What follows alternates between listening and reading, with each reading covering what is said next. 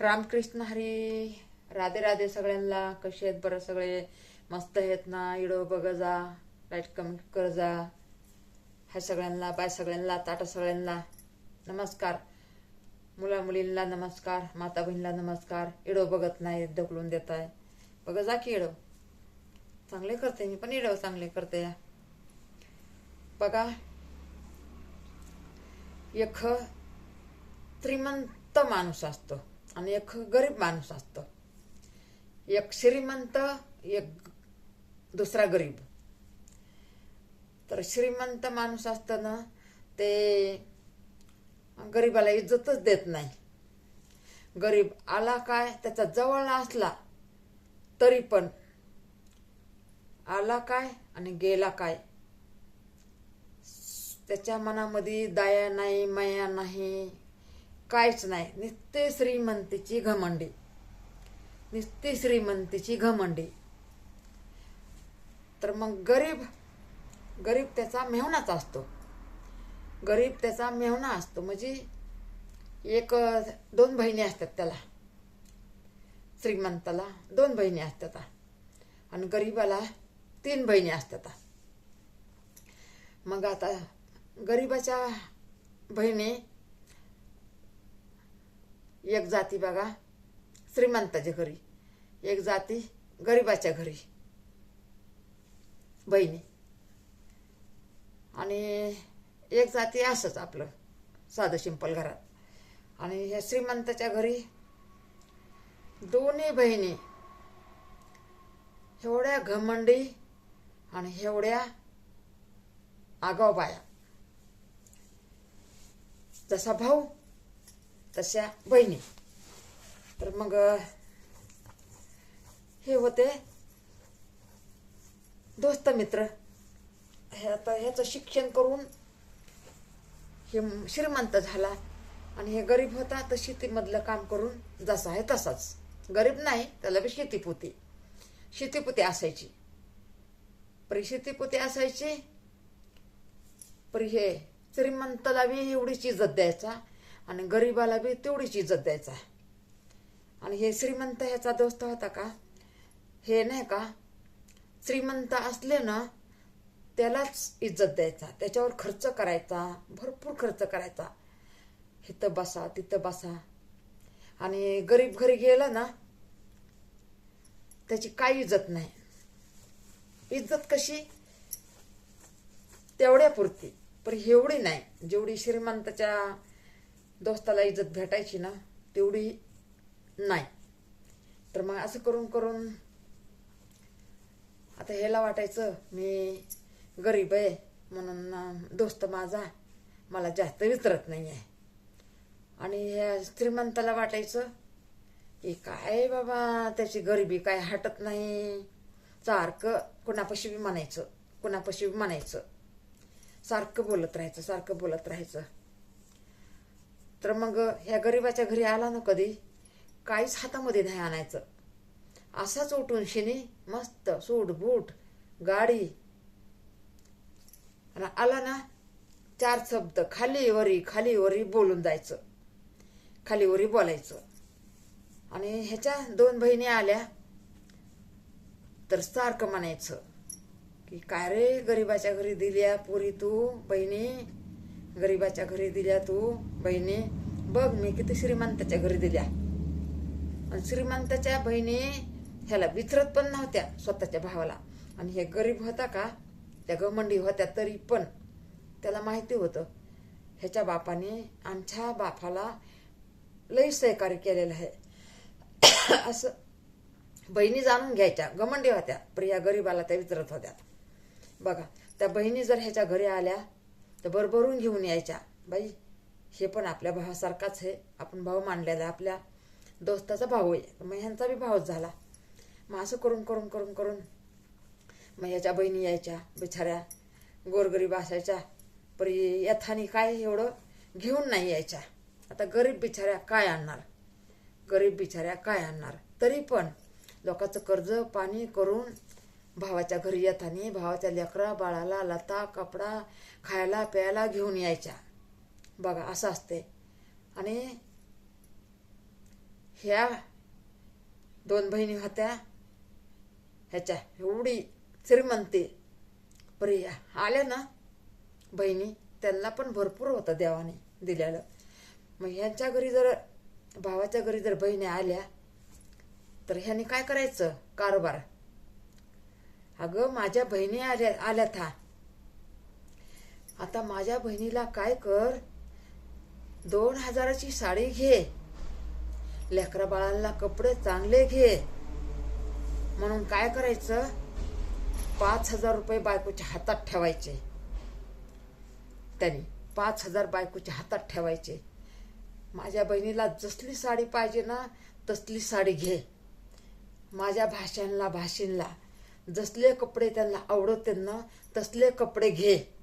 हे श्रीमंताच्या घरी त्या बहिणी यायच्या दोन, त्यांना भरपूर देवाच्या दयाने. परी बघा की भाऊ कसा असतो आणि भावजाया कशा असतात. तर त्या भावाने पैसा तर द्यायचा. आता ते श्रीमंताच्या घरी घरच्या बहिणी तर मग त्या म्हणायच्या नको आम्हाला साडी नको, कपडे नको, काय नको, आमच्या दादानी 5000 दिलेत ना ते 5000 आम्हाला दे. नाही नाही नाही नाही नको नको तसं नको, चला कपडे आपले लेकरं बाळा घालून जाते ना, साडी तुम्ही घालून जाता, चला मार्केटमध्ये. मग भावजाईचा मान राखून मग मार्केटमध्ये जायचं.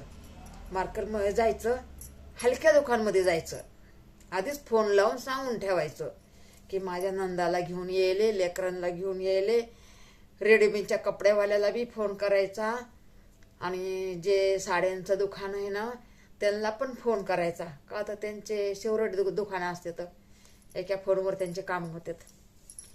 सांगायचं की आमच्या नंदाला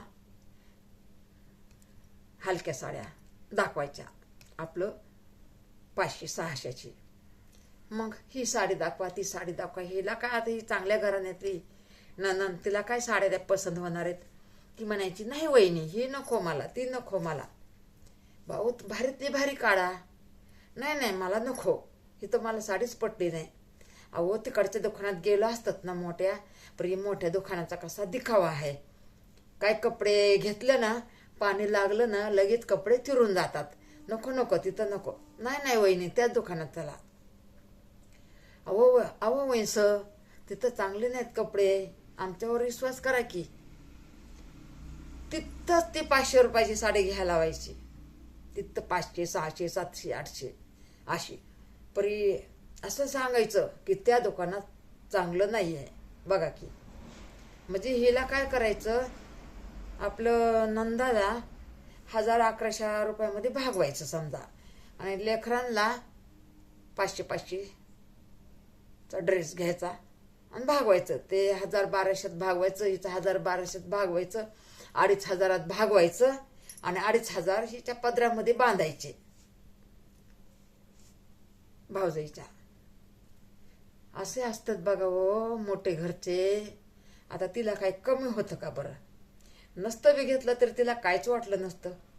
पण ही बघा की भावजाईचं कर्तुक.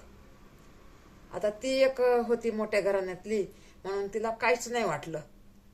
त्याच जागेवर गरीब घराण्याची असती नणंद तर तिच्या मनाला कसं वाटलं असतं तुम्ही सांगा. असं करतात हो मोठ्या घरच्या भावजाया, असं असतं या. अशी कहाणी आहे दुनियाची, अशी रीत आहे दुनियाची. काय सांगायचं मुलींनो, माझ्या माता बहिणींनो, असं असते बघा.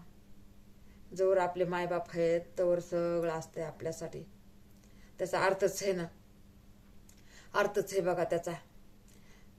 हे बघा माय असली तर लेकीची वाट बघत बसती, माझी लेक आली नाही म्हणून.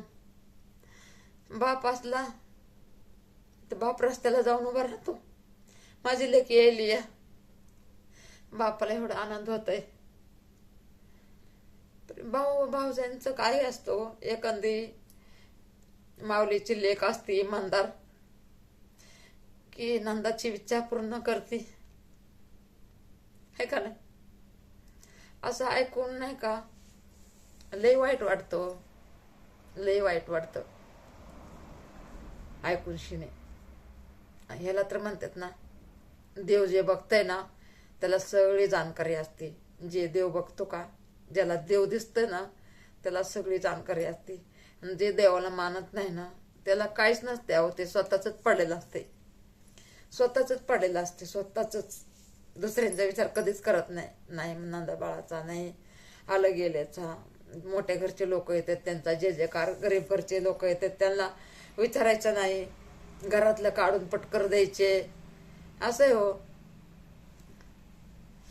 तर बहिणीची इच्छा असते की आपल्या भावाने हे द्यावा, आपल्या भावाने ते द्यावा. त्या बहिणीच्या घरी किती बी असू द्या, किती बी असू द्या, त्या बहिणीच्या घरी परी बहिणीला आशाच असते हो. भावांची बहिणींची आशाच असते, किती पण असलं तरी. असंच बघा, जे देव मानतंय ना त्याला कधी कमी पडत नाही. आणि ज्याला देव दिसतंय ना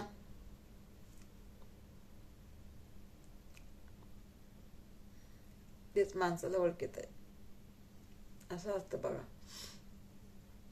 एक साधू असतं बघा, साधू असतं आणि तिथं त्याचं भाषण ऐकायला लय लोक जातात बघा. त्याचं भाषण ऐकायला म्हणजे कीर्तन सारखंच, कीर्तन सारखंच. तर मग एक आपलं असंच माझ्यासारखं वयस्कर हे होतं, म्हणजे गडी माणूस होता, गडी माणूस होता. तर ते लय मदत करायचा, कोणाला पण मदत करायचा, पैशावाला होता. लय मदत करायचा, ते लय लय मदत करायचा. म्हणजे नाही का, सुक्याल्याचं म्हणजे सुक्याल्याचं दुःखच म्हणते मी. जे दुखी असलं त्याला ओळखायचं, जे सुखी असलं त्याला ओळखायचं. कोण भुकी असलं भूक ओळखायची, कोण ताणेला असलं त्याची ताण ओळखायची. म्हणजे कुणाला पण सपोर्ट करायचा, मोठ्याला पण करायचा, छोट्याला पण करायचा, गोरगरिबाला पण करायचा, सपोर्ट करत राहायचा. देणं घेणं त्याचं चालूच असायचं. तर असं करून करून त्याच्यावर लय संकट यायचे, लय संकट यायचं. देवाला पाया पडायचं. तर ते म्हणायचा, बाबा मी तर दुखायल्याचं दुःख ओळखितो, ताणेल्याची ताण ओळखतो, भुकेल्याची भूक ओळखितो. आणि माझ्या अशी नशिबाला का बरं दुःख सारखं येते, दुःख सारखं येते असं माझ्या नशिबाला का? मग काय देव आहे का नाही? देव काय आहे का नाही? अरे कसं म्हणणार तू देव आहे का नाही?